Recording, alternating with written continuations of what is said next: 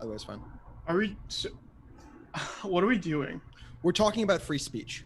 Okay, are we recording multiple episodes or we're just doing I don't know. one? We'll play it by ear. I think Okay. the largest impetus of this was about free speech, but yeah. Okay, I need to know the time thing because I just did something.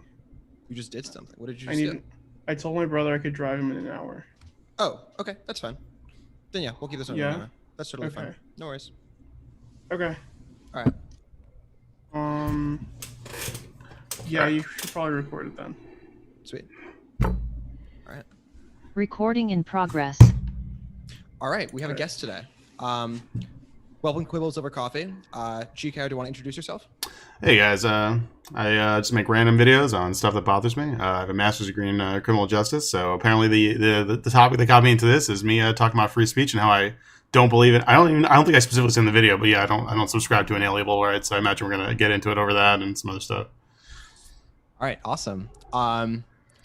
Let's just jump into it then. Sure. Okay. What's your stance on free speech?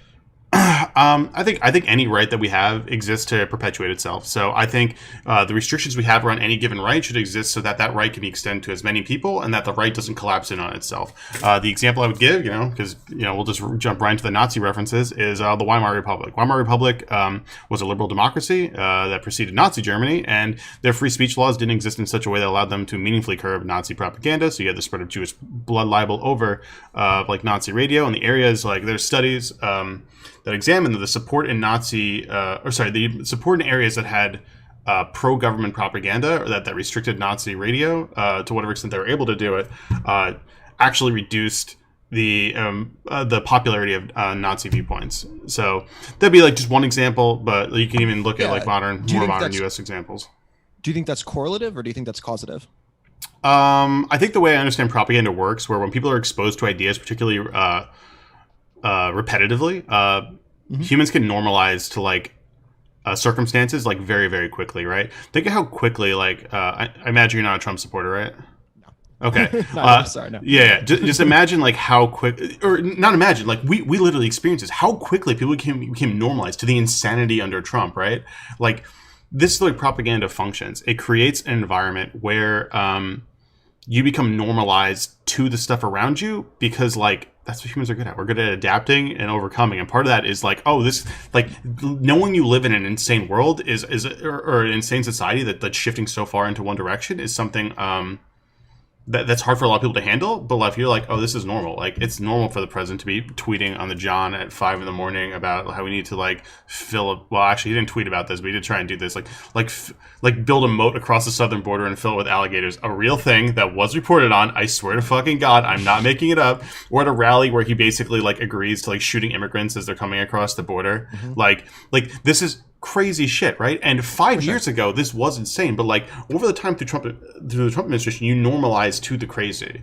And I think like without restricted free speech, so the notion of free speech, like to address like the marketplace of idea meme, is that like bad ideas die or what's it called? Like light is the best disinfectant, and this is a very idealized notion, and it does not seem to be true. Now, I have no problem talking about like the ideals of free speech, and I agree with them. Like, it is a noble idea, but the idea needs to exist like within the constraints of the real world and how speech serves to function, right?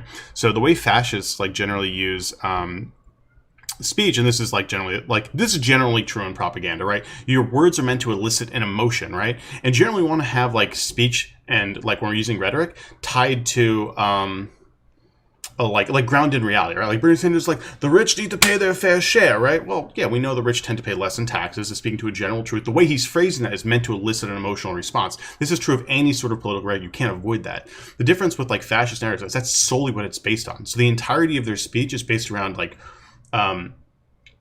getting people agitated in a very emotional state where they feel like their lives are threatened, and the only way that they can respond to that is by giving up power to an authoritarian like strongman, and this is generally done through an insane amount of lying and propaganda. So sorry, that's the spiel. Absolutely. Yeah. So every single thing that you said so far, I'm 100% on board with. Sure.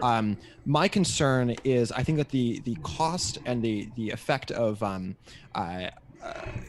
forcibly stopping someone from speaking is more dangerous even than just having that speech. I don't believe that speech is going to go away by telling them that they're not allowed to do it. I think it's just going to change the way that it happens, and I think it's going to make it more dangerous. So well, what's your are you familiar with like the tolerance paradox? Yeah. Yeah, so like, just to quickly here, it's basically the idea like a tolerant society can't be infinitely tolerant, because if you're tolerant of those who are intolerant, then eventually those who are intolerant gain power, and then all of a sudden you lose all that tolerance because they were intolerant, right?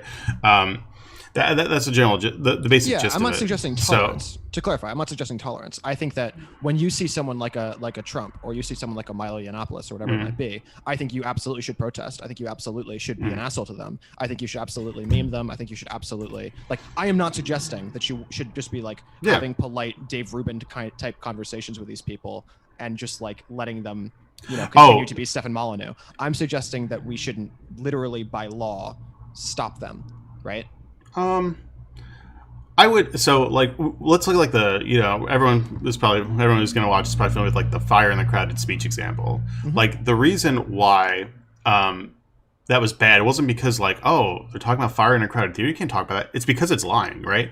The problem with the fire in the crowded theater, no one will be mad at you for screaming fire in a crowded theater if the theater was actually on fire, right? The problem here is that the theater's not on fire. You're creating a moral hazard by lying to people, getting them all amped up, and creating a dangerous circumstance in response to nothing, right? We saw this with like the Capitol riot. So, like, to answer your question like more directly, I hope, I think I understand what you're saying, and I think it's downplaying the other side of the coin where, like, yeah, we do see bad things happen. And I'm not saying like, oh, Trump said, used incendiary language, throw him in prison, right? I understand the concerns that, like, I'll just say like free speech absolutists, for lack of a better term. Like, I think it's a good ideal, but I think in practice it fails is the problem. I don't think it's a bad principle to have, and I think any sort of like regulation that we would want to do, or any sort of like social like pressure we want to apply, should be conducted in such a way where it's as minimalist as humanly possible. For example, I'd be in favor of bringing back the fairness doctrine and applying that to all sorts of like political commentary on the line. I don't know to what extent they'll be able to regulate it online, but it was constitutional to regulate it over like TV and radio. Basically, what the fairness doctrine did is said, like, hey, you can't have basically political commentary. You can't just talk about one issue, only give one side of an issue, and basically do the Rush Limbaugh thing. The fairness doctrine was gotten rid of in like 1990. Right, but that's what we're doing, right? I mean, yeah, we're both sure. Liberal commentators. We're both saying things from a left-wing perspective, obviously. Well, hey, here we are disagreeing, right? Well, sure, but we're disagreeing on a particular facet of a particular issue. It's not like either one of us is right now arguing on behalf of Trump, right? I don't think every single conversation has to have, people from every side in it. I'd agree that it's not a perfect solution. So I would be fine with like to clarify the fairness doctrine. Like, the reason that was a thing was because there were very few broadcasting companies, and there were very few broadcasting companies possible based on the technology at the time. It's not like we were saying that like every single newspaper in the entire country, every single magazine in the entire country had to follow the same kind of rules. If you were writing an individual book that was being published by an individual publisher, it's not like that you had to follow those rules. This is for a very specific industry at a very specific time, and I don't think that that's something that's really fair to suggest about YouTube or Twitch or whatever it might be today, right? Well, they recognize that it wouldn't be good for Americans to have Americans to be receiving information that was significantly polarized, didn't express two sides of an issue. Now, I agree with you on the two sides of an issue, right? I don't need to hear two sides about climate change. The only two sides are like, should we do this or should we do that? Not, it doesn't exist. You know what I'm saying? Sure.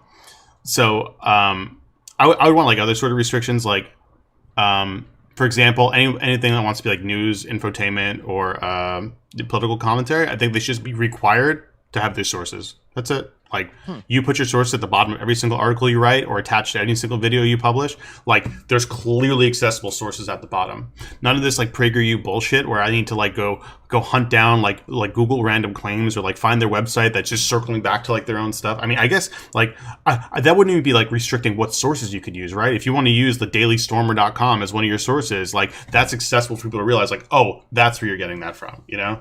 I think encouraging transparency from where people's ideas are coming from would maybe go a long way. And I guess a more extreme version, this is where like I get into it with some like we should basically make it so you need to factually support claims. And if you can't factually support your claim, you need to just go fuck off. Like you can't just lie to people. What do you mean? Oh yeah, Be stopped from speaking. So keep in mind, this would not apply to. I would not apply this to individuals or like small content creators. You would probably say like, once you're over a certain level of influence, then we hold you to a higher standard, right? Because your impact is magnitudely more than me and you here. Well, maybe if we're lucky, 45 people will watch this or something. Sure. And because of that, those like corrosive influences, right? Like you'll have someone like Tucker Carlson who will go out there, give a very, very deceptive monologue or segment or whatever you want to call it on immigration and make people think immigrants are a threat to us. And they vote based on that fear generated through a segment that is fundamentally founded upon a lie, right? So we have people voting based on misinformation. Now, I understand the belief in free speech, but I also think there's a right to not be like coerced. And like this is not something ill-defined or well-defined, I guess, but I feel like if someone's lying to me to sell me an idea or get me to act in a certain way, that is also a fundamental violation upon like a person. And like that's what we're allowing people to do when we allow misinformation and disinformation specifically to run wild. It's a violation to hear false content. Well, that's designed to manipulate you, right? Like if you go to like a car dealership and they tell you, oh, this car is just running totally fine or whatever. And then you buy this car and it's a piece of shit, right? Like you only bought that car because people misinformed you. Right, but that's lying in the context of a trade, right? That already is illegal. You can't do that. Yeah, sure. But I'm saying like we take that principle, right? And you can extrapolate that to like when you consume news or information, right? You're generally doing that to try and make decisions in the world. And like this is like more consequential, I'd argue, than like your car, right? This is deciding who's going to like create laws for you at a local, state, or federal level, who's going to lead your country, who's going to do any of this for you. And the fact we can have people propagandizing and like literally outright lying about like the positions of leaders, things they've done, or the nature of an issue itself seems fundamentally against like that idea of like your ability to make like a free, uncoerced decision. Yeah. Okay, so like you could present fringe ideas. Like I have no problem with that. Just to clarify, like it's not like, oh, you can only take this one particular stance, but it's like just support it in some way. Like if like for example, Tucker Carlson went to his whole immigration segment, and he added in like the study I'm citing is the John Lott immigration study, which exists at odds with all these other studies, but I find it interesting and I want to talk about that. I would let that slide. Honestly, so, okay. And it's still, I would still say that the content of that segment would still be fundamentally dishonest by focusing on the exception to like the overall body of evidence. But you put in the caveat, you made it clear. All right, fine. Like you can talk about the negative downsides of this, but sorry, I have a specific segment in mind where he was talking, like he juxtaposed like one illegal immigrant killing somebody with a study from like Arizona. With a study from Arizona talking about crime rates from a guy named John Lott, who's like a conservative activist who publishes So he's telling things that are from sources. That are actually sourced, and so that criteria is fixed. Yep. And these things are not lies. They're just very specific truths that are utilized in a very specific way. There's a narrative that he's building out of the use of truth. And that's super. That in itself is a problem. But like I wouldn't even say it's the most like incendiary shit, right? Like I would even be in favor of maybe letting stuff like that go. But like when you get to like the online sources, like people who spread QAnon rumors or lie about like election fraud, and we have we have this person who said this thing, and this is how we know fraud's happening here, and it's like. There's no sources or anything for stuff like that. Well, so I'm actually to clarify, QAnon is fucking bullshit. Everything about QAnon is bullshit.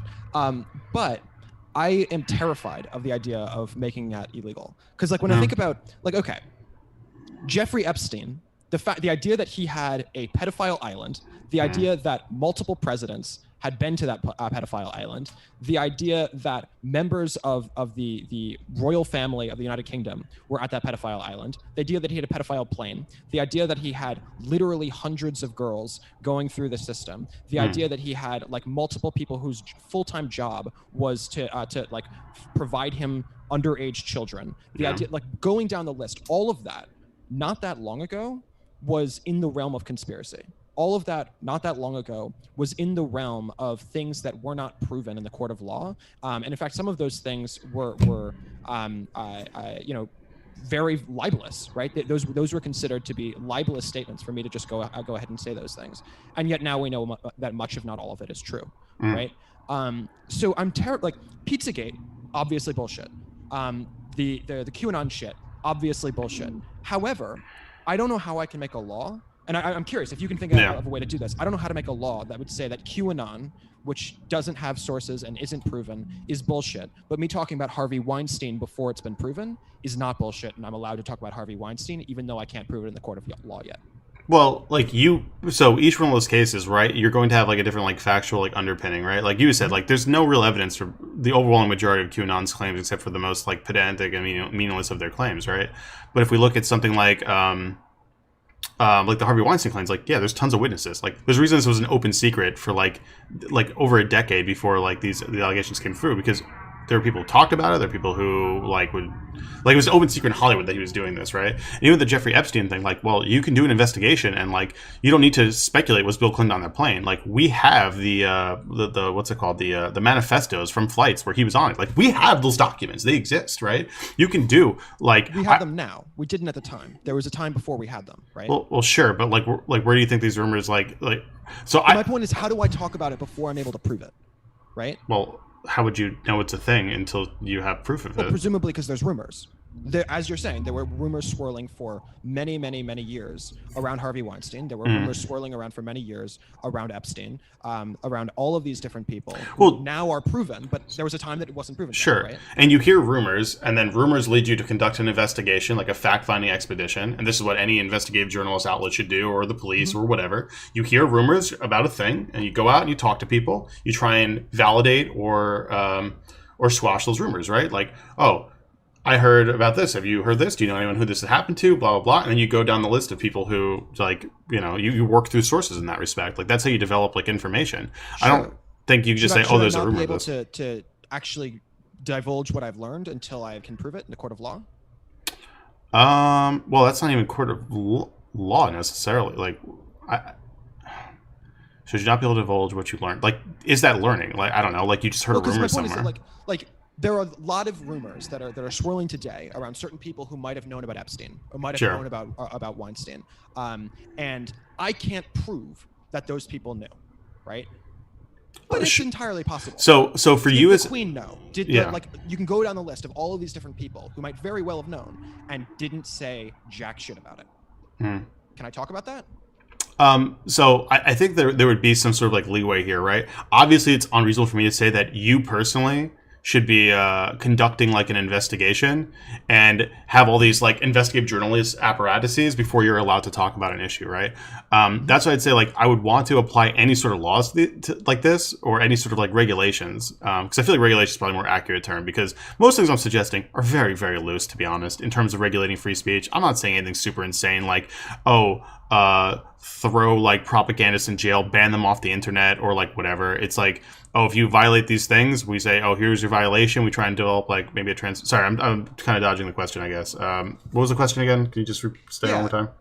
Should I be able to talk about the Queen and the possibility that maybe she knew about Weinstein and the possibility that maybe she didn't? Yes, Fox News knows. I think Fox News be able to do that? Sure. And my answer would be they have the resources in which to do an investigation, and we should have a social imperative for them to carry out a dutiful investigation, a fact-finding expedition where they talk about like these pertinent issues. We shouldn't let someone who has hundreds of millions of dollars in like assets, journalists, and all this to actually investigate these issues to get away with just like baseless rumor mongering. Like, because it serves to perpetuate rumors to a larger audience that are without base, right? I don't have an issue with like these ideas popping up, right? It can start from like these local people of like, oh, one celebrity talking about this in passing, someone hears it, word of mouth, it spreads, and then eventually at some point that should hit a more reputable source who looks into it and determines like, okay, can we substantiate these rumors or can we not substantiate these rumors, and then report on in such a manner. And the fact is, we don't hold our I'm sure you're familiar with it. Like, people like Alex Jones and Tucker Carlson have been to court cases, and like they've gotten by with the defense of no one should take us seriously. We're entertainment, and it's like, this is not entertainment. Like, I understand that political commentary is entertainment. I would never watch, but like, I watch people like Destiny or like random other like YouTubers sometimes, and to me, it's raw entertainment. I don't use those as information really. I read lots of books. I listen to podcasts with authors who are experts on given topics. That's where I generally get a lot of information from. I watch this stuff like entertainment, but I know most people who do that don't watch that as entertainment. They watch that like, oh, I'm learning something, and it's kind of entertaining. It's a combination of both, but it distinctly being information.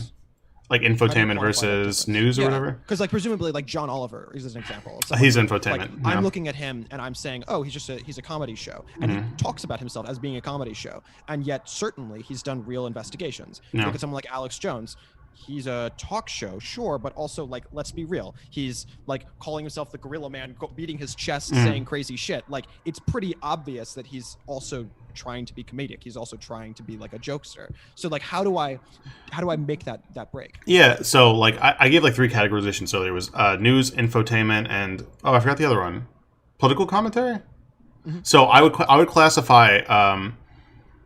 News is usually like more or less just the facts. So you can turn on Fox News and you can watch like Chris Wallace or whatever talk about stuff. And while he has an ideological bias, he's giving you just the facts. I have no issue with like Chris Wallace. Like, he's fine, man. Like, as far as conservatives go, he's the best you'll get. You know, he's fine.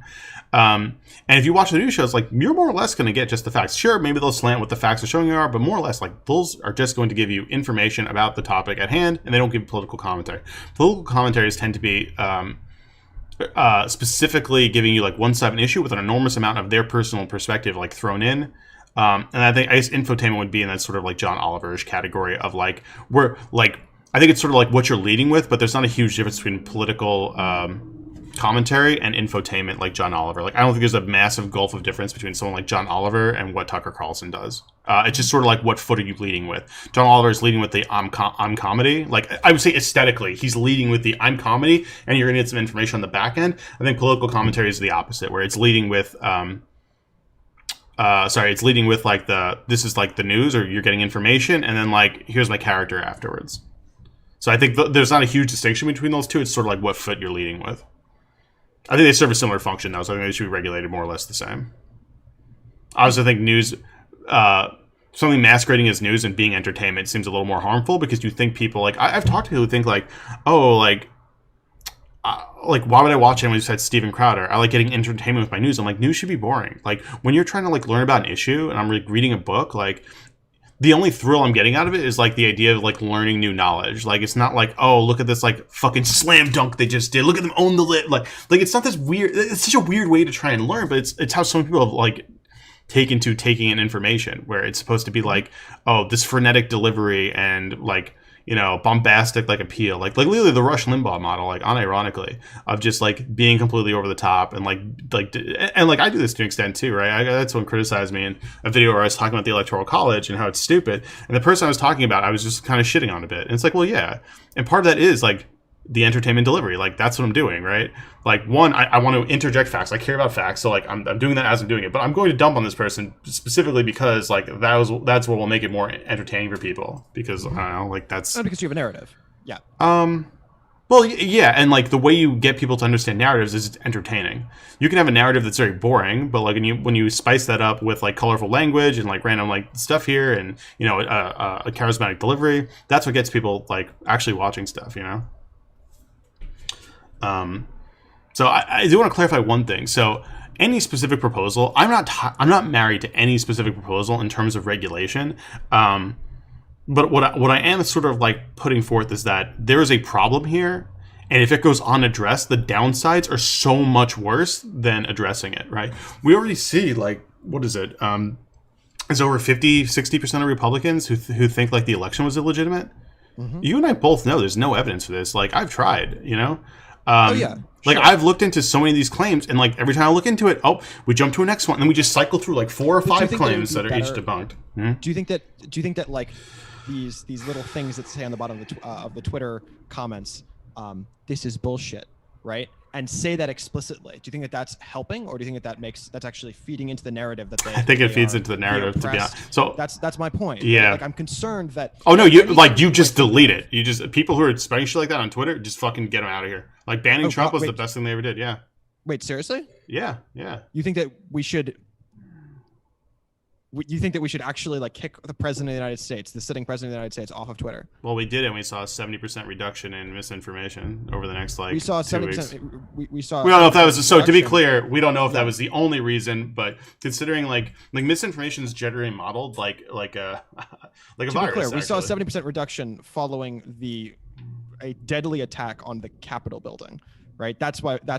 After that, you're right. We saw 70% reduction in the lies. Well, yeah. So the media got on board, and even a number of senators got on board on the Republican Party.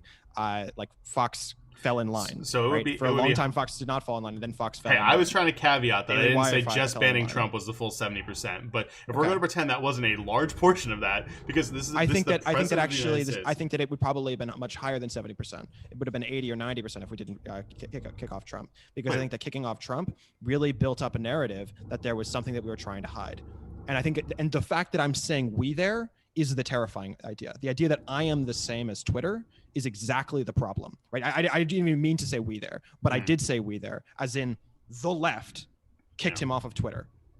Terrifying, absolutely terrifying. The idea that like the Biden administration has the ability to do that, the idea that like anyone should have the ability to do that is terrifying to me. Well, I mean, I don't necessarily like put the full stock in, it's a private company or whatever. Like, I think that it's almost fortunate that these platforms are publicly, like, it's only fortunate in the sense where like the left, for I guess a lack of a better way to describe it, tends to have better control over these platforms in terms of like their policies. But I don't think it's because they're left leaning. I think it's just because they tend to care a little bit more about reality and not being incendiary. And the problem with the conservative media at this point in time, and conservative like politicians or whatever, or commentators, is that their brand really relies on being an incendiary piece of shit and spreading misinformation.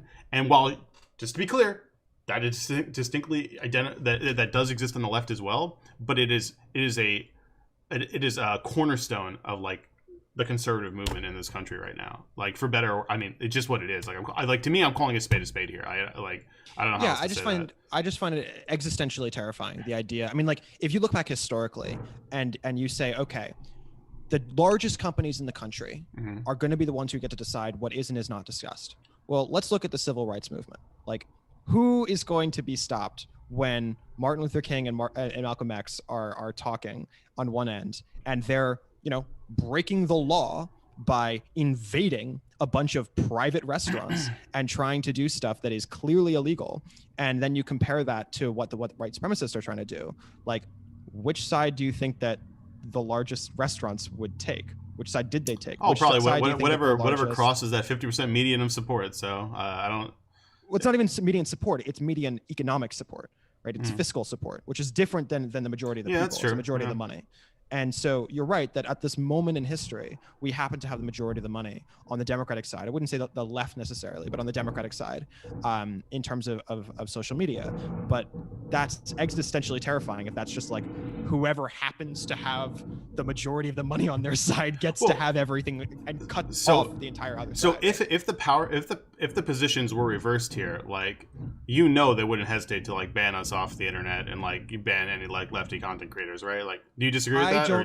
I don't think that defining myself in reaction to Trump is a good way to define myself. No. So that's not my point. I understand how it would come off like that, though. So my point there is that I think there are ethical and unethical ways in which to, or I guess more ethical or less ethical ways in which to like regulate like information, right? If I'm just saying you lying without evidence is a no-go, and like I think like large, widely accessible platforms like YouTube, Twitter, Facebook or whatever, saying you outright lying as a large content provider or content creator on this platform is no. Okay, you can't do that. Individuals lying, like, yeah, I don't expect them to like nuke like 1,000 follower fucking Andy or some shit. But well, they do frequently. Yeah, but usually that's for like incendiary, not for like misinformation generally, right? Well, I mean, I could be wrong. I'm not like, I don't live on Twitter. People for misinformation who have 1,000 subscribers, right? Well, I guess it's usually if like they have a post that's particularly, it's one of those things. Don't do two things wrong at once. Don't spread misinformation while being a transphobe, I guess, right? Like, you're gonna get dinged for like one of those. And I don't think Surf's TV is an example of someone who's a transphobe, but he was kicked off. They were kicked off when they were like at 1,000 subscribers. Yeah. And we happened to get them back because we happened to have a bunch of left-wing support that got behind them. But there are a lot of people whose names I don't know and whose names you don't know who are kicked off. That's like that's like a mass flagging system, right? Like you're like, no system is going to be perfect. I think if you're looking at like a perfect as the enemy of the good, like that's gonna be a problem. Like I'll admit, I firmly disagree that there's no system that could be substantially better than the system that we have today. So for example, okay, fair. But if you're arguing perfect, I agree with you. But I don't think that saying that it can't be perfect is a defense of what we have currently. Oh yeah. Like I'm keep in mind, I will always be in favor of saying, hey, you guys need to shell out like, I don't know, tens of millions of dollars a year to have people doing manual review and ensuring that like when you make these decisions, like they are more based. Facebook has like 10,000 people who are working full time as content like media checkers, whatever you want to call it, and they absolutely do spend millions of dollars on that. Well, sure. I'm saying you could expand that. Like clearly, what you're saying is there's like the implication of what you're saying is that like, oh, there are people who get banned who shouldn't have gotten banned, right? But like they do have some review process. The implication of what I'm saying is that I don't think people should be getting banned. Oh. What I'm suggesting, so to clarify, my stance would be, we did a podcast on this a while back. I'm not sure if we released it actually, Houston, but we did do it a while ago. But the idea is basically, I think that we should have these all be forked. So I'm not sure if you're familiar with blockchain technology, but the idea is a fork is you take the same underlying data and then you just split it at a given point in two different directions. So I think that you should have like 20 different websites. No worries. You good?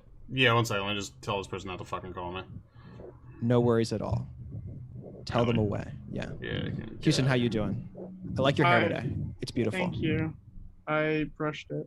It is absolutely fantastic. Right, good. Sorry about that. Okay, so here's my thinking. I would like to have it all be forked. So I want to see like 15 different websites that are all with the underlying data, the underlying like when you send something out, it would go to all 15 of these websites for Facebook or for YouTube or for Twitter, whatever it might be. But I want to have each one of these websites run by different companies potentially, or at the very least decided in terms of what is and is not censored in different ways. And you should be able to just like make a new one if you want with all of that same underlying data. And the way that would work is therefore, if I'm someone who doesn't like to see transphobia or doesn't want to see a bunch of racists or doesn't want to see a bunch of whatever that might be, I can choose to be on, Facebook Clean or Facebook Blue or whatever you want to call it. But then if there's assholes who don't want to see, Jewish people, whatever it might be, like genuinely, literally whatever it is whatever form of content they don't desire, they should be able to make YouTube Red, which I realize halfway through the sentence is an actual thing. But like you know what I'm saying? Like they should be able to make their own form. And if you want to sort of segment yourself into that sort of closed sort of bubble, you should be able to do that. And if you want to be able to have the open version of these sites, you should also be able to see everything that's being posted. I've never heard that proposal before. I heard of like the what's it called? Like the word decentralized. I forgot what it's called. One of them is based on that. I think it's Gab or whatever. Uses the I don't remember what it's called. Some like internet protocol that basically decentralizes it, so it's not hosted on any given server. Every single person can just like host a node. I don't remember that. I don't remember the term. I think it might be IPFS. It's like Rhino or Mastodon. I think it's Mastodon actually. Oh, Mastodon. Yeah. Yeah, is that a thing? Mastodon. Mastodon is one of the sites. IPFS is a protocol. So IPFS, the idea of IPFS, it's basically like HTTPS in that it's like a way to hold your stuff. But IPFS is decentralized, whereas HTTPS is held in like giant buildings with a bunch of information on one site. So the idea is that therefore it's more difficult to censor. I think that the censorship is a component of it, but I think the underlying problem with the censorship isn't quite so much like who's able to kick you off, but rather just the existential fear of anyone being able to kick you off. Yeah, so I guess I'd say maybe we just need to pull this back a little bit. Do you identify like the mass amounts of misinformation as a problem? For sure. For sure. But to clarify, I think that on the one hand, it's a massive problem. But on the other hand, I think that flagging it and having I can't think of any individual person who I'm comfortable being in charge of deciding what is and is not truth.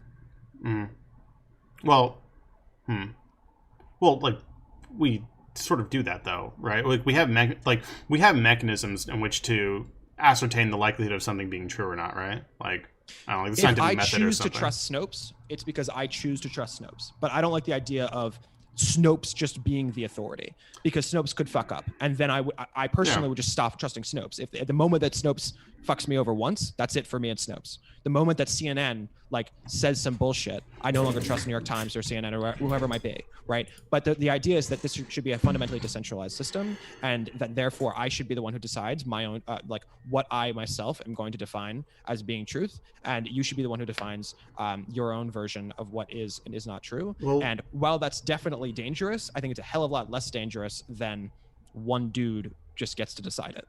Well, I've never said one, like, one dude deciding it would be fairly bad, I would agree, but, like, we wouldn't want to, like, I don't want to say technocracy or whatever, but you could have some sort of, like, technocratic, like, apparatus of people with, like, specialties or, like, investigative journalists and stuff, or in some way to, like, try and ascertain, like, okay, well, are these claims of election fraud valid or not? Like, there are ways you can do this from, like, some sort of, like, we do this with education, right? Like, when we're putting together an education curriculum, we're deciding what to include, what not to include, what's supported, what's not supported. Like, we do this for everything.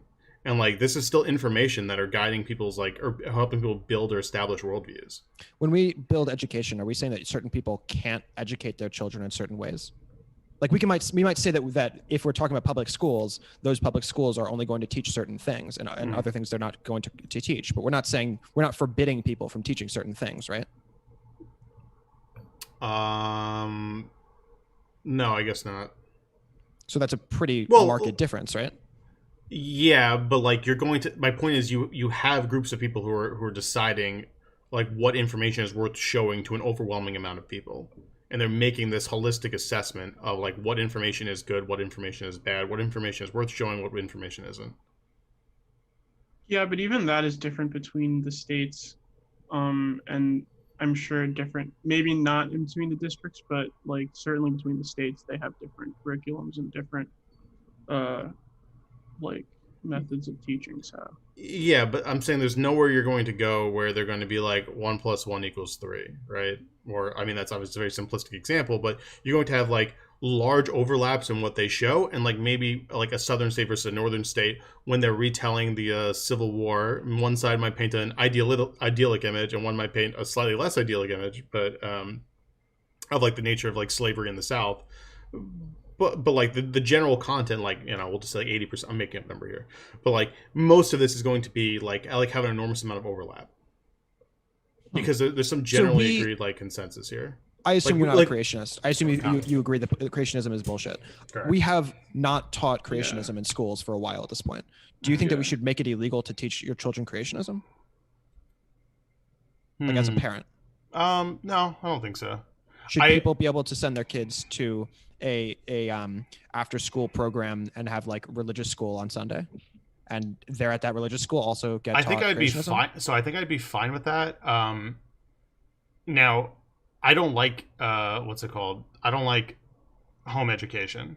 I think we should have like public education and having people who like in large numbers.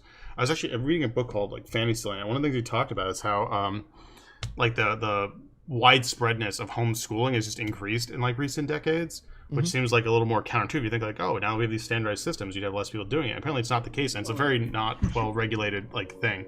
There are probably ways you could do it, right? Like through some sort of like webinar based like education or something like that. Like if you made like you could do home education, and there are these resources online that your child has to do from home if you want to keep them out of public school for whatever reason, like that could be totally fine. But there needs to be some better like standardization in terms of like making sure we have citizens who are educated, because like we need people to have like working faculties based around like the realities as we like sort of consensus understand them in order to be able to function in society, you know. And I guess like the homeschool thing, I'd say like in its current iteration, it seems like it could definitely be a problem.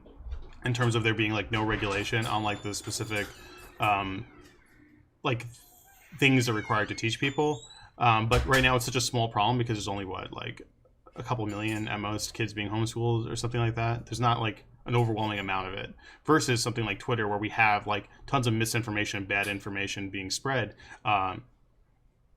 to large amounts of people, and therein lies the problem, right? You can have a system that allows for a certain amount of spread of misinformation, right? I don't ever want this system to be so effective where every single news site that posts a story that's like factually wrong gets nuked into oblivion.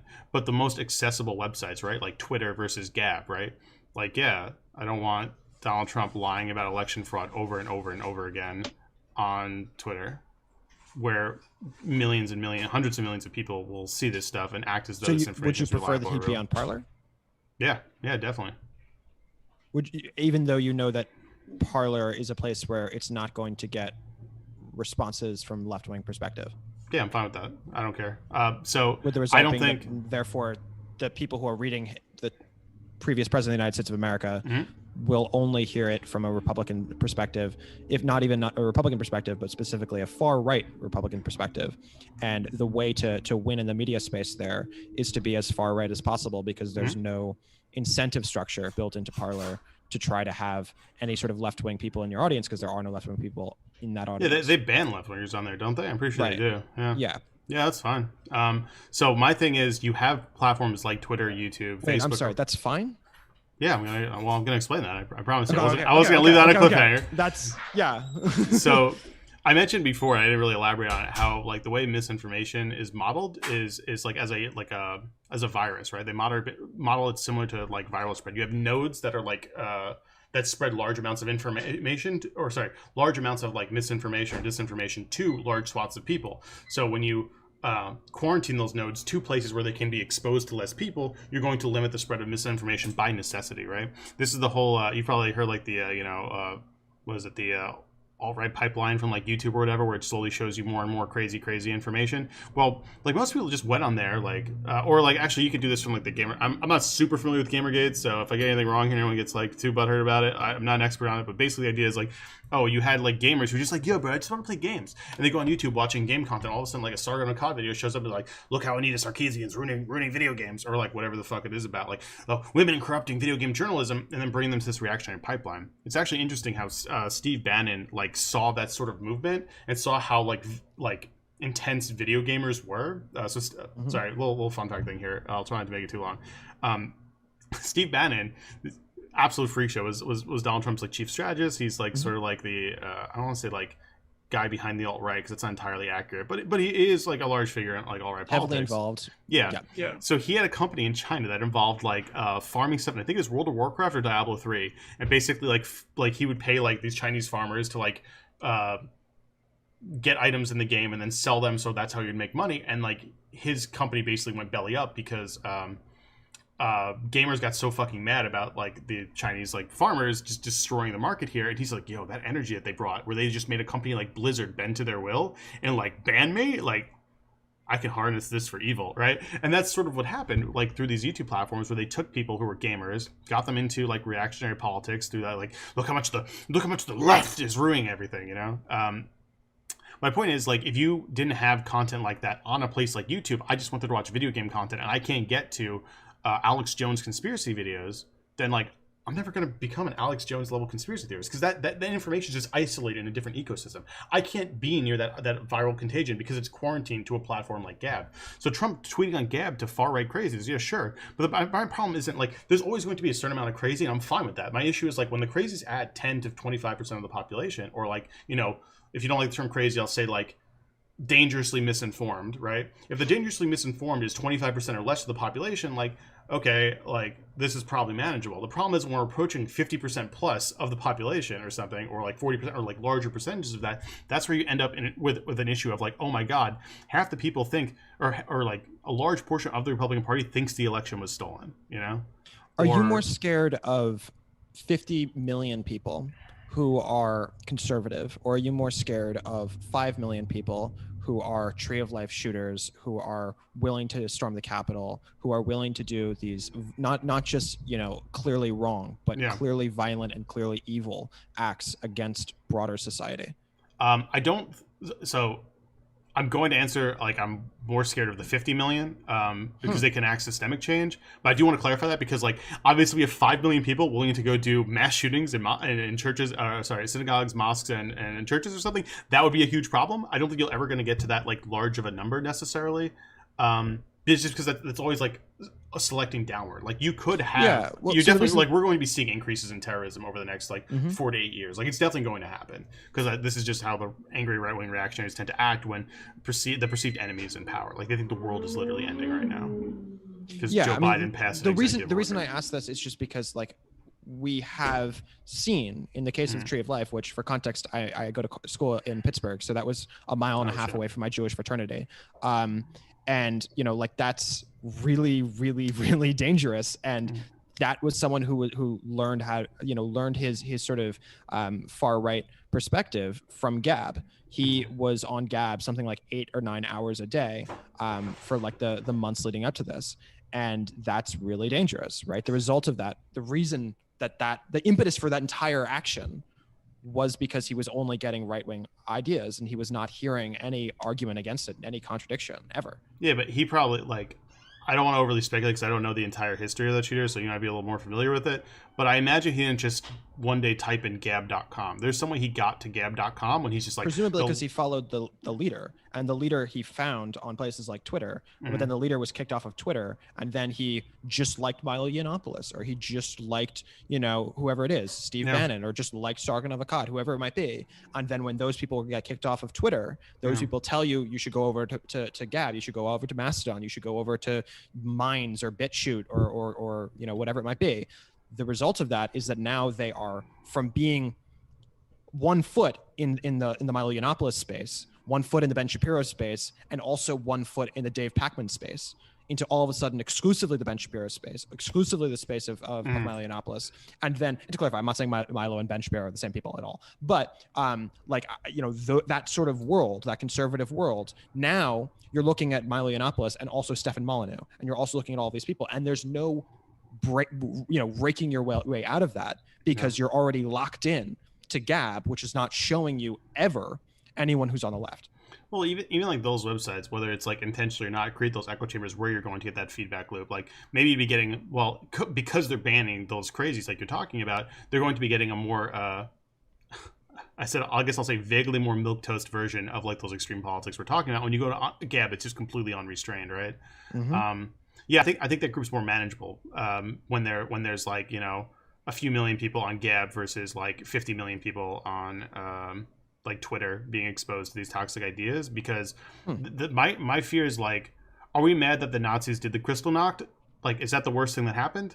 Or was it when the Nazis became like a potent political force, gained power, and then exterminated 6 million Jews?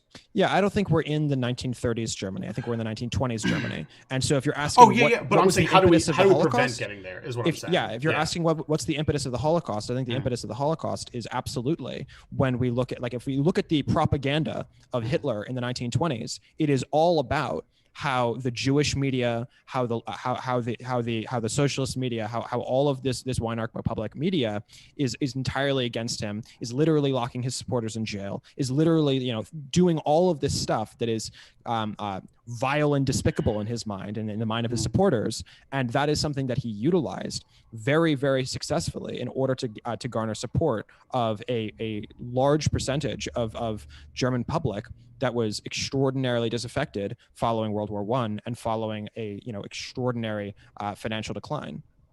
And I think it's very similar to you know, the success of a Milo Yiannopoulos figure, or the success of any number of provocateurs who are basically only famous because people protested them. Well, yeah, but the ones we've kicked off these platforms, like Milo Yiannopoulos is like a nobody now, right? Like, I almost had a debate with Milo Yiannopoulos. He is not a nobody. That is not accurate.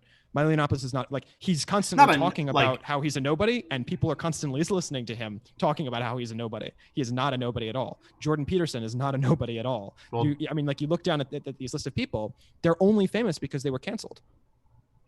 Why do you know who Brett Weinstein is? Why do you know who Jordan Peterson is? Why do you know who Milo is? Well, I specifically know who Peterson is because he's not canceled, right? Like, my point. He was given a platform. Well, yeah, but he should. My point though is that they weren't actually canceled, but that lens of oh yeah, but they're just going to lie about it. Yeah, this is like conservative victimhood. Is the value. This is a bedrock of fascist movements. Yeah, if I don't give them ammunition, they're going to lie about it anyway. So what do I care? Like, oh, they're banning conservatives off Twitter and social media. It's like, well, not really. Like, just don't say the N-word all the time, and you won't get banned off these places. Like, there's ways. Like, you can have like far left people like Vosh who are just like, yeah, it's super easy to you know, like, abide by the TOS while getting across your message. Like, the problem is, he's also kicked off of Twitch, right? He's back on it now. But he was kicked off for a long period of time. He was kicked off of Twitch. Oh yeah, you know, he moved too close to the sun on you know, making fun of Israel. So yeah, he got. But yeah, like that, the lesson he took away from that is like, oh, I got banned off of Twitch. I lost this huge access to this platform, and that's going to hurt me. And like the way that you respond to that is like you curb your message in such a way to where you're conforming to TOS while getting your message across. The problem is like these conservatives tend to be like so angry that they can't like curb themselves. They can't stop themselves from, you know, dehumanizing like a trans person or like misgendering them and harassing them for like stupid reasons. It's like, yo, you could just say your vile shit and don't target it at someone and you'll probably be okay. Like there's a large acceptable window here for you to be a huge asshole. The problem is so many of you cross over that window into just being like, Twitter's telling me I can't say the N-word. It's like, well, yeah, stop calling black people the N-word on Twitter. What do you want? You know? And it's like I said, there's never going to be like a perfect system. Yeah, so basically you're suggesting that the way that what you want from them is for them to become more palatable, to do things that are more palatable to a broader audience, and therefore, because they're being more palatable to a broader audience, it's more difficult for people who are trying to show that Nick Fuentes is a Nazi to say that Nick Fuentes is a Nazi, because he doesn't actually say Nazi shit on Twitter. He just says, you know, well, there are a bunch of cookies, and sometimes cookies get cooked. And like for context, this is he made a Nazi joke on one of his streams about the Holocaust, and he suggested that it's impossible to cook that many cookies and cookie, you know, whatever it is, and that therefore the Holocaust was fake. The math didn't add up, which is of course untrue. But it's very difficult to kick someone off of the internet for that because they haven't actually said it. And you're making it even more dangerous in a way, right? It's like, but we know what he's fucking saying. Yeah, it's like the whole dog whistle bit. Yeah. It's hard to deal with dog whistles, but I think like when a dog whistle like stays as a dog whistle, there's an Indio Studio video where he kind of makes this point. I think he said it sort of well. Is dog whistles are bad, but when the dog whistle stops being necessary, that's actually worse, you know? And that's sort of the extent of what we were seeing with Trump in like 2016 and his campaign is like Republicans for a long time were using the dog whistle, and the dropping of the dog whistle was a problem in and of itself because these ideas were so normalized to people that like you didn't need to use the euphemism. They'll just hear the direct message and be fine with it. I think like the way language sort of works is when you can use these extreme like versions of it, you get people to have extreme conceptions of it in their head too. When you have to use milquetoast language, you fundamentally are downplaying the extremeness of your words. Like the way, like your presentation matters more than what you're saying is what I'm getting at. You can express the same idea, but in an extreme way and a non-extreme way, and like the impact it'll have is going to be different to the people you're speaking to. Yeah, I mean, if you're looking at the actual border policy that actually was manifested under Trump, and you compare that to like Clinton, or you compare that to like first Bush, I think it's pretty obvious that first Bush and Clinton were worse on the border and were more dangerous on the border than was Trump. And I mean, Clinton was a you know, a Democrat. I don't think that either one of them would ever have said that they're sending us their rapists, they're sending us their murderers and all that shit. But I don't care what they say. I care what they do, right? They're president of the United States. They have a lot more power than just like the bully pulpit. And if they're saying mean things in the bully pulpit, like that's problematic, sure. But that's not nearly as problematic as them actually doing bad things in law, right?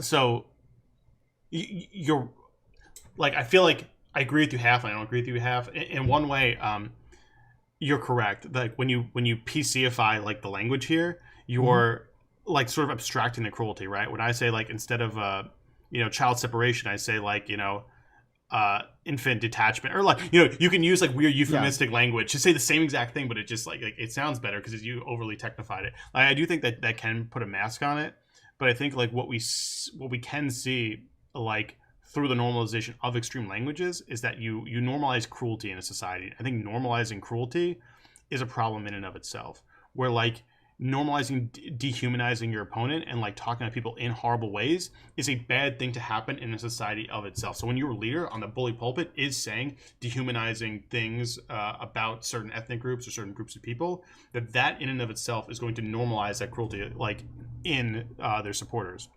I just feel like we have like numbers on this. I mean, if you look at the number of people who are deported, if you look at the number of people who are in cages, if you look at the number of blah, blah, blah, blah, blah, blah, Trump was really bad. Don't get me wrong, but Trump was not as bad as previous presidents were. And those previous presidents did not say things that were as incendiary as he was. So I think that the incendiariness is dangerous, sure, but I don't think that the incendiariness is nearly as dangerous as the actual actions. And I think that the actions were part of the reason that those actions were able to be palatable to such a large audience is because those actions were being framed in a context of, well, you know, like we just need to like put them into not concentration camps. They're not concentration camps. They're like, you know, holding facilities, and these holding facilities, blah, blah, blah, blah, blah, Yeah. right? Like, and also not even talking about it at all. Just like straight up, just like not focusing on border issues as an issue.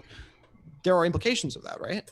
Yeah, where it's like not even a talking point. It's just Yeah. so normalized. Yeah, I make this point about like our criminal justice system, how crazy it is that we've normalized over 2 million people incarcerated. Like this is a freak show, but like we use like because of this sanitized language, like people are just like, oh yeah, like that's just how it is. It's how it's always been. I was like, you guys don't know anything about the history of criminal justice in this country, or like the history of the world, or even the contemporary world, where you think this is a fucking normal thing that we do. I think that's a pretty good point though. Like, which is the worst evil here? And I don't, unfortunately, I don't know a whole lot about. What you said, Bush 1 or Bush 2? Bush 1. I mean, Bush 2 is bad too, but Bush 1 was particularly bad. Oh shit. Yeah, I don't actually know their immigration policies under Bush 1 and Clinton too well. Like I know the Flores Agreement took place under. Yeah, I mean, Clinton was deporting a bunch of people. Clinton was building up a bunch of wall. Clinton was like, I mean, these were not like. Yeah, like the wall talking point is one of the things they like leftist, throw. whatever. Yeah. Yeah. Like I know the whole like, well, here, look at the Democrats, what they're saying in the 90s about building a wall. It's like, yeah, they were pieces of shit too. Like, you know. Right, but they were, even in the 90s, they were saying things in a nicer way. Yeah. And that's my concern. My concern is when you convince the Nick Fuenteses of the world not to say Hitler shit directly, but instead to codify it in a language that is more palatable to the broader conservative world, the effect of that is to grow their power. And the effect is also to grow their power when, for the most part, they're saying conservative kind of, you know, sounding shit. And then all of a sudden they poke the line. And because we know, and I'm saying we again, because Twitter knows, because YouTube knows, because all these places know that they actually think things that are much, much, much, much worse than they're saying, for the most part, when they say something that's just barely over the line, now all of a sudden we can kick them off, right? So we talk about like, you know, why was Sargon of Akkad kicked off? Well, Sargon of Akkad was kicked off for saying the N-word. This is of Patreon.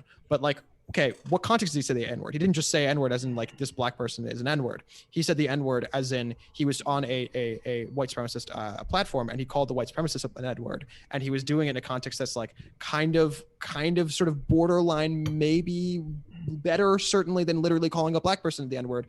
And because of that, because there was this underlying reality that Patreon obviously knew that he was a fucking white supremacist, like they kicked him off. They for used that. it as pretext. But then basically. Sam Harris, exactly. But then Sam Harris and Dave Rubin, who are obviously not white supremacist, although they are also conservative, are able to now look at this and say, oh, well, like we have to protect, you know, this innocent man who's not an actual white supremacist, but was kicked off of Patreon as though he's a white supremacist and was like stopped from being able to make a living and blah, blah, blah, blah, blah.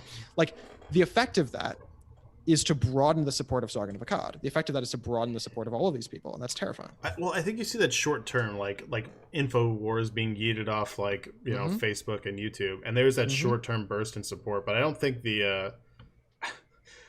I almost feel like I should do this as a meme, but I always genuinely forget. Like, is it the Madonna effect or the Mariah Carey? Like, what's the name of the effect where, like, Barbra Streisand? Yeah, I know what you mean. The Barbra Streisand effect. Okay, That's the one. Yeah. Well, what's funny is I always forget the name for it, so which is like really funny because it's like, you know, the thing they ban, you always forget. And I can't remember the name of the effect, but like I feel like when I ask you about that, I'm like, you don't even know what. So for context, for those who don't know, the Streisand effect is she tried to kick off.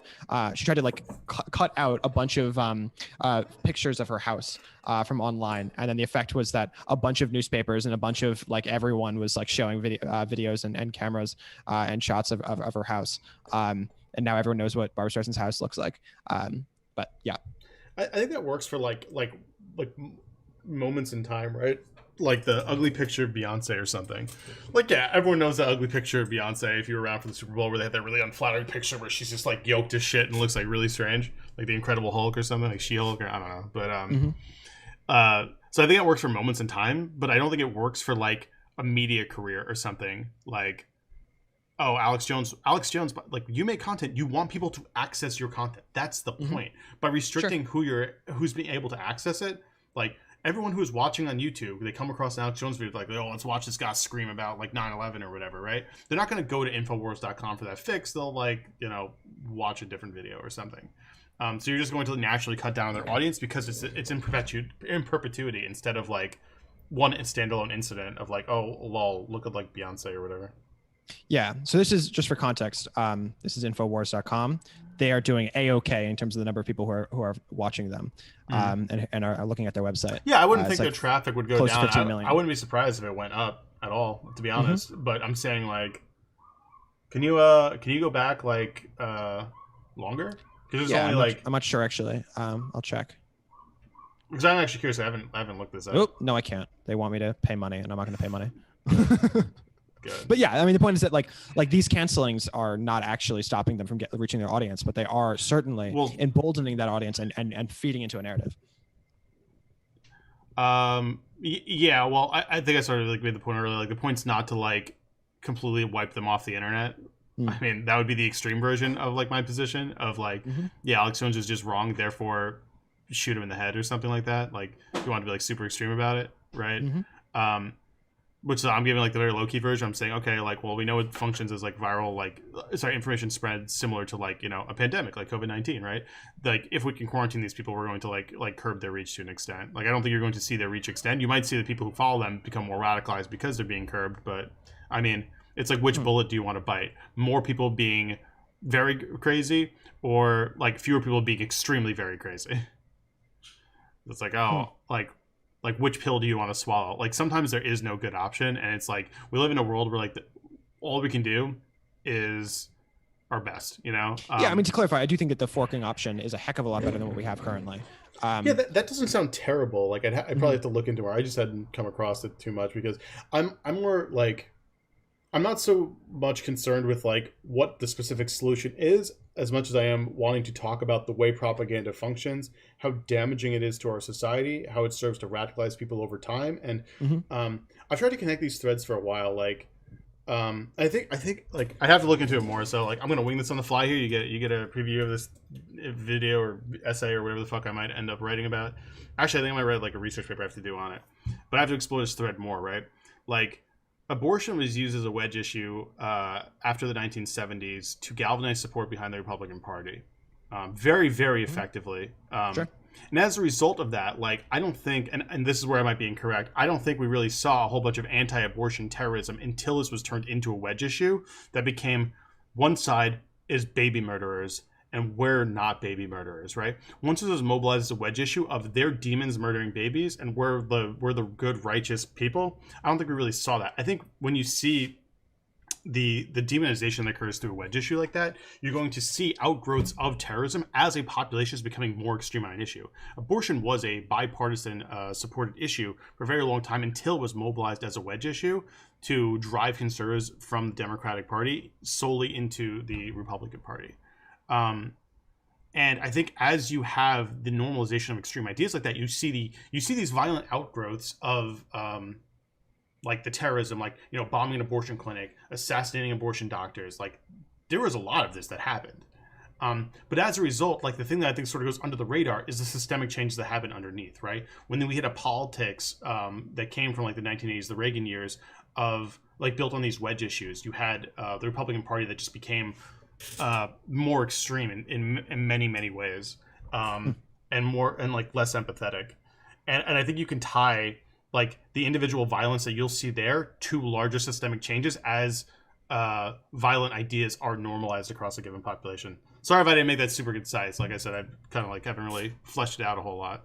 But I think you can see that in terms of like immigration, right? Like the same thing we saw with like the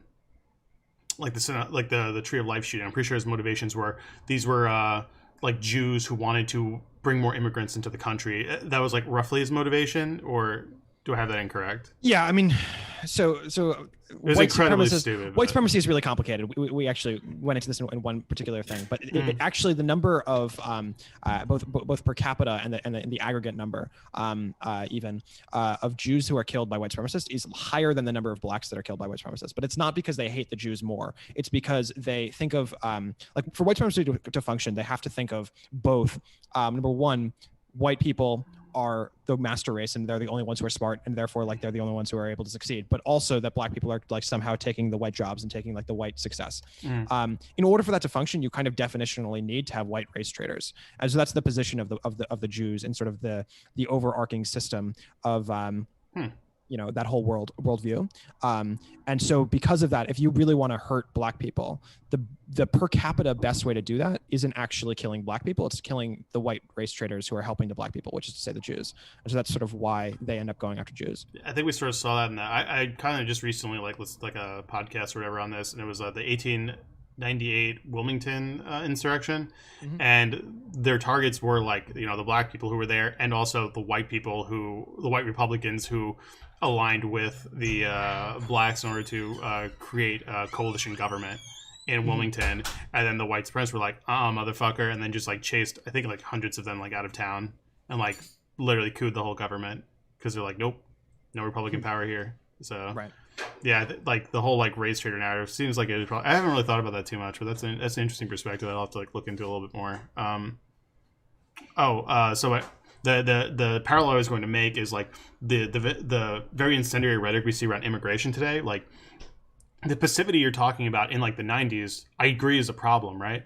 But the outgrowth we're seeing of the synagogues being targeted, mosques being targeted, the El Paso Walmart shooting, these are outgrowths of demonization rhetoric coming from the right wing, targeting the hordes of brown people and the people who want those to come in, and we're seeing the normalization, just in the mainstream politics of Republicans being vehemently anti-immigrant, right? The fact I've talked to, this is the online thing, in person, I feel I've talked to people who have very harsh views on immigrants too, who are completely unsympathetic to this group, right? A lot of these people, there is an empathetic argument to be had for asylum seekers, right? These are people coming from countries overrun with violence who are they're fleeing with their kid, who are just if you send me back, my husband's part of a gang and he's going to kill me. He said he'll kill me, he'll skin me alive, and he'll kill my family or something, right? And we'll send them back, right? There's this just complete disregard for the human condition of these people. Where when I argue with conservatives on immigration, I know I can't even bring up this point, because they won't care. They won't care at all about that point, right? I'd have to make a weird economic argument or something stupid like that, or interject the facts of it and completely eschew the moral argument, because these people are so normalized to just not giving a fuck about the actual conditions of brown people as an abstract, not a specific brown person. If you show them a specific incident, actually interesting, my parents are kind of like this. They know they work in construction. They know some people who are illegal, and they love those specific people. And I talk to them about immigration as an abstract, and they have archaic views on immigration. But you're friends with legal people. You're very close with them. They're hardworking. They don't come and do crime. Some drink a little too much, whatever. They get rowdy. But they're hardworking. They're there to support their family. They send money back to their home country. But when you deal with those specifics, you're oh yeah, they're fine. These are the good ones. But then when you're dealing with that abstraction, this cruelty is just what's overcoming, and that's what's being normalized in our politics. That I think is sort of terrifying, because it starts off we see the violent outspurts of that come in the form of a mass shooting here or whatever. But that I view those kind of hand in hand, where we're seeing those violent outspurts, and we're also seeing or outgrowths, I guess. Just saying outspurts, it sounds weird. Outgrowths of extremists, but we're also seeing the normalization of very, very cruel and dehumanizing language from one half of the political aisle in terms of how we view immigrants, or how we see them. The Reconquista conspiracy theory shit that's propped up how these Latin Americans are coming here trying to retake Arizona, parts of Texas and California, and that's why they're coming here. This was shit that was laughed off of the radio in the 90s. You couldn't even say this on Rush Limbaugh shit, because it was such a wacky idea. I think it came from the John Birch Society in the 1960s, which was insane conspiracy theorists, anti-communist nutter butters that they came from out west, anti-government extremist, anti-communist, usually Christian nationalists. If you ever experienced that flavor of extremist, that's the origins of it. The John Birch Society, and it's sorry, I know I'm rambling here a little bit, but where was I going with that? Fuck. John Birch Society, immigrants, random conspiracy. Nope, lost it. Sorry, lost the plot. No worries. Sorry, I know that was a lot. No worries at all. Houston, any thoughts? I don't know what's Sorry, that was a little rambling. Yeah, no, I think that this is interesting. So okay, here's my thinking. When you're talking about basically the existential threat of sort of using these sort of flashpoint ideas, whether it's abortion, whether it's immigration, as sort of ways to build an argument, a broader argument to vote conservative, despite the fact that their economic positions are absolute cancer. My question, based on that though, is sort of like what exactly is like, do you think of that as a free speech perspective, or do you think of that, because like I can't think of a way to just say like, well, if you're pro-life, fuck off, like you're not allowed on the internet, or like, well, if you don't believe in like open borders, go away, right? That doesn't work. You have to figure out like a way of like describing like what you want. And I mean, to be clear, we have not talked about the Constitution here, and I think that it's clearly unconstitutional to do what Twitter's doing and do what any of these people are doing. But even beyond that, well, if the government is doing it. Right. No. In the case of Twitter itself, I think it's illegal. It's illegal in the context of Twitter itself, or any of these companies, even if they are private companies, for the same reason that I think it's illegal to say that if you own Verizon, that you can just decide arbitrarily who is and is not allowed to use your cell service. But regardless of that, and regardless of the constitutionality here, I don't think we're talking really about law. I think we're talking much more about morality. Yeah. How would you try what is your argument to say that they're not allowed to talk exclusively and constantly about the importance of being pro-life, but we are allowed to talk about the importance of universal health care, whatever it might be, on the left? Oh man, that's so hard. So do you know Kay Fellows is by any chance? I do. Yeah, I've been on Tom's show a couple times, and I've watched her debates on Modern Day Debate. Shout out to Modern Day Debate, which is lovely. Yeah. She made a point. So I was on a panel. It was like I wasn't going to drag the panel into like a discussion on abortion, but she made like a really interesting point, and I saw like one or two of her debates on abortion, and like I don't know, she's like one of the more normal people on like the abortion thing, so like whatever. I mean, I'm sure we would normatively agree on like 90% of shit, so like whatever. But what I found was like she made this comment in passing, and like it sort of made me like laugh a little. I'm like, how do I deal with this? And it was like she's like, yeah, I'm like one of like the secular like pro-lifers, right? And like I got into it for religious reasons, and then I'm like, I need to find like a secular rationale for this, and like it kind of makes me laugh, right? Like you're working backwards from your conclusion. Like you have this moral. Real reason is you have this moral derived from this Christian ethic that you're describing, and like you're saying this like it's totally normal to work backwards from this moral you're deriving from a Christian ethic and trying to find a secular like justification for it.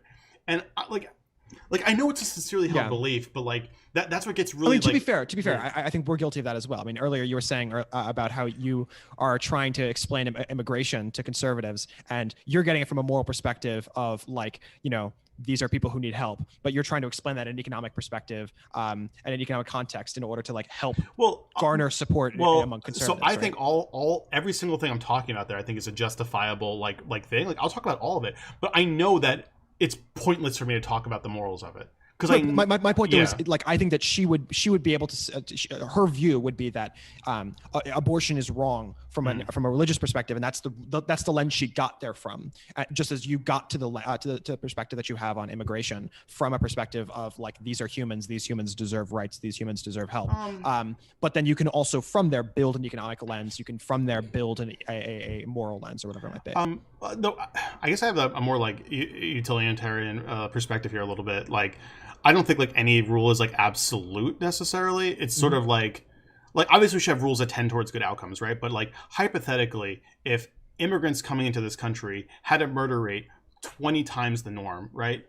I would need to consider that in terms of, am I going to allow widespread immigration, or if like from a group or whatever. Like I would take that into account and be like, okay, well then we need to temper this or do something or disallow it. Like that would be a real concern I'd have. The fact that I don't have to make that choice is nice. But if I did have to make that choice, it would be something I'd have to consider.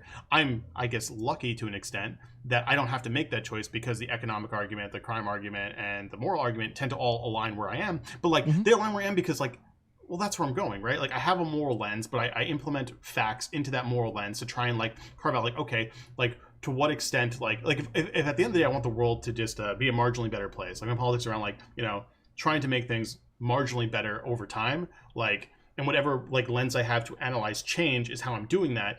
But like I have to take facts in that threshold because I want to evaluate like a material human condition or something, right? So I need to take that into account and how my actions affect the well-being of a society at large or groups of people.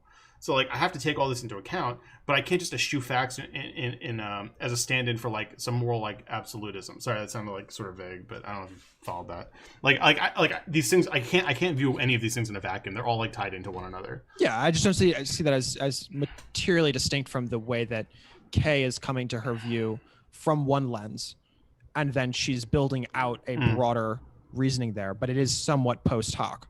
It's not like she's doing that. Yeah, like to me, like it was just sort of funny because it was almost explicitly like people make fun of, like there's a Ben Shapiro quote where he's like, religious leaders came to me and said, like, is there a secular justification for my religious bigotry? And he's like, yes, here's how I will prove it. So you did this with a specific intention of finding, like, I don't know, it's right. So sorry, my larger point with that was I know her belief here is very sincerely felt. I know many people in the anti-abortion people have these very sincerely held beliefs. Like, how do I make like I almost feel like I have these arguments. I'm like, the only way I can effectively have this argument is like from a meta lens of convincing you that like your sincerely felt position here was manufactured through like a politically expedient like wedge issue. Like, no one really gave a shit about this. Was not a hot topic in like the 70s. Like.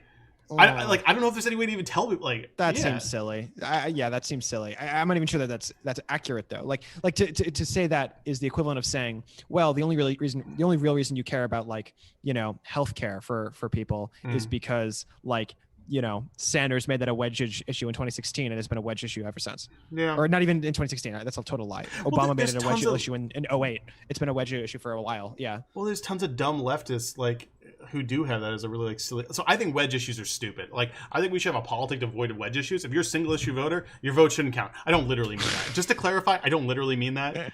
I saw like an interesting proposal for a system where like you get like, I don't know, like 100 votes or something. Like on topics or something. I don't remember where I came across. Basically, like you get like a few hundred votes, and like you can load them all into one thing if you want. But every subsequent vote you put into a topic that you like, it has less and less value. Right. Yeah. I don't know where the fuck I heard about that. I was like, oh, that's kind of an interesting idea because eventually you're allowing people who care only about one thing to put their value into it, but people who care about like a more brighter swath of issues will get a better say in those issues. I'm like, oh, that's kind of an interesting idea, Yeah. Just because like the point of a wedge issue is to get people to ignore like their overriding other concerns in favor of one thing, right?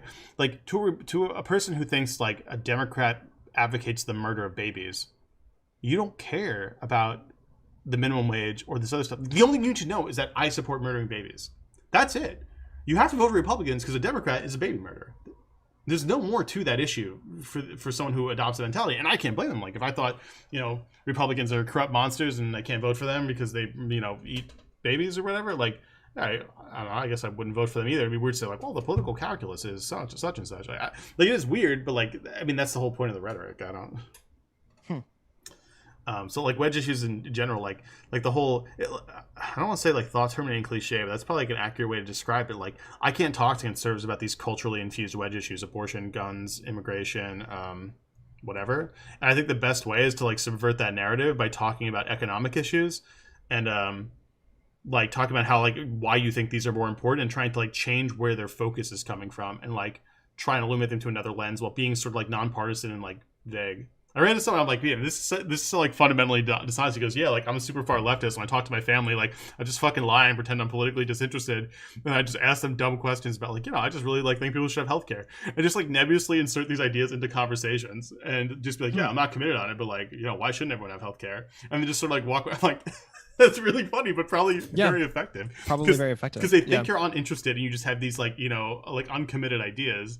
Mm-hmm. And I was like, that's a kind of a funny way to talk to your family because like you don't want to get into an argument about like, oh, you dirty leftist, you're trying to kill the country, but you're able to inject these ideas when they're like nonpartisan. Like I'll like sometimes I'll go on a right wing server and I'll just be like, yeah, I'm a libertarian, and this is technically true. Like I'm a libertarian leftist. I just don't bother making that clarification, and like I'll automatically have more street cred. Like, oh, he's principled. Like, his issues is like, he's right wing libertarian. And I won't correct it, and when I don't correct it, I'll have more street cred. They'll listen to what I'm saying, and I can say the exact like what I'm saying doesn't change. It's just their interpretation of what I'm saying changes because they're like, oh, he's sort of like on our side. Yeah, I don't know. It's weird. But it's like you Tim have to Pool's find a centrist meme. Yeah. Oh God. Yeah. I was arguing about that 5 fucking years ago when Tim Pool was barely relevant and had like 100,000 subs. Someone was like, Tim Pool is a good leftist. I look at his content, I'm like, yo, this person is not vaguely. He's not. For context, we're right. For people who think that we're wrong, we're not wrong. We're right. I'm going to pull up a thing of Tim Pool because people might think we're wrong, but we're not wrong. We're right. Yeah. Give me a second. I just need to pull up his thing. His last videos. The I'm a centrist right-wing grift is a classic. I'm a centrist. This man right here is not a centrist. This man, okay, Oregon on seceding over far left policy and Antifa riots. Leftist race host, the guy destroyed several lives and jobs finally exposed. Tech for a meeting. These are literally the last 3 censor conservatives, which by the way comes back to the free speech thing. I am right. But no, but like all of this, right? Like this whole thing is entirely, he's clearly not a centrist, but oh god. Yeah. Well, so I'm just saying there will be a better place if we just yeeted Tim Pool into the nether. All right. That is not accurate. It's not accurate. I mean, the result of yeeting him, but I was on like this is a random diatribe, sorry, but like before the election, like I made like some first of all, thank you. I will actually thank these crazy people for perpetuating their crazy ideas that made them think Donald Trump was going to win the state of California. One of the most insane things I've ever heard in my life. But I want to thank everyone who did that because I made a cool $400 betting on the election. Easiest money I've ever made. Bet on Joe Biden winning. That's safest bet. Almost bet on Joe Biden winning Pennsylvania. I was like, we'll just take the safe bet of the whole race. I did that. Easy $400. The odds were it wasn't $400. It was like $300. I bet 500 to win 300. Those odds made no fucking sense at all in line of like the polling data. And hey, guess what? It was closer than we thought. But here's the thing about the polling data. They said there's almost no chance, and like in the best case scenario, it gets this close. And hey, that's about how close it got. There's insurmountable like Joe Biden advantage because Donald Trump was basically doing Joe Biden campaigns by letting COVID go out of control and getting COVID himself. Very funny. But like I had people who like were like, I prop bet a conservative on like Joe Biden winning, and he's like, and Joe Biden like winning, or sorry, Donald Trump, he said that Trump would win and Trump would also win the state of California, and like I just laughed. Like where you can live in a world where you think Donald fucking Trump is going to win the state of California is beyond delusional. Like what do I like how do I even respond? Yeah. This is not like I like if I met this person in real life, I'm not sure I can legally consent to have sex with them with how mentally impaired they are. Like I don't know a nice way to say that. Like this person's not equipped to like engage in contracts, to consent to sexual intercourse, to make prop bets, but like how disconnected from reality you are to like think like the most liberal state in the country is going to like vote for Donald Trump. Like yeah, but you're not wrong. But like the issue is that they just don't know. Like they come from a place where they get all their information from I don't know, the Republicans. To be clear, that was like a Tim Pool tag. I'm pretty sure is where he got that from because Tim Pool was the one screaming about Donald Trump's gonna win 49, maybe 50 states. It's like, okay, dude. Okay. Yeah. Well, That's how I connected though. Sorry, I didn't clarify it before. But, I think that's fundamentally a problem because like I don't know, like they're just. But like, listen, you want to say you think Donald Trump are winning, the polls will be off by a couple of percent? Like I'll hear you. Like I thought like okay, Donald Trump will probably win the state of Florida. I thought North Carolina was gonna be closer. I was surprised that Arizona went, I guess, and Georgia, but. There are things that surprised me in that like a little bit, but not majorly. Like this was roughly what I was expecting. Just imagine how mind blown you would have been if you thought like it was going to be a 49 or 50 state sweep, and all of a sudden like how could Joe Biden have won? He didn't have one single boat parade. Like I don't like. What do we say to that? I don't know. Boat parade. Yeah, no one was doing the Joe Biden boat parades, man. I mean, I don't own a boat, so maybe that's part of the problem. I don't know. There's a lot of people I worked with who like went on those boat parades. I'm like, oh fuck me, man. Oh my god, yeah. Such cringe. Such cringe. Such Interesting. Cringe. But I don't know. All right. Well, that was an hour and a half. I had fun. I mean, you're still wrong, but that's okay. I can live with you. I mean, I'm allowed to live with you. You don't want for people like me to be able to say what we want, but that's okay. Are you a Tim Pool acolyte? Should I be worried? No. Did I just contribute? Did I just support your centrism? Fuck. What did I do? Conservative centrism. Exactly. All right. Do you want to shout yourself out or? Yeah, sure. My channel is GKR on YouTube. I occasionally stream. Actually, I'm streaming right now on Twitch. So it's twitch.tv/GKR Live. I'll probably start doing that a little more frequently. I tend to want to make more videos focused on like criminal justice and misinformation and propaganda. That's stuff I like talking about. Hopefully I'll make a... Yeah, okay, actually, no, that's it. End of shout out for me. Don't follow me on Twitter because it's a toxic website and that no one should ever use it. Actually, my last hot take, we should ban Twitter. Just ban Twitter. Whole place gone. Ban Twitter. Yeah, we should ban all social media for 5 years. I want a grand reset. That's what I want. I do not endorse those, but okay. Just 5 years. We can't play with our toys responsibly, so they got to go. Last hot take. Okay. Cool. Gotcha. All right, awesome. Houston, any thoughts before we end the recording? No, this is really interesting. Thank you for being on. Thank you for inviting me. It's been nice to hear someone else talk besides Jonah. So. All right, have a good one. Recording stop.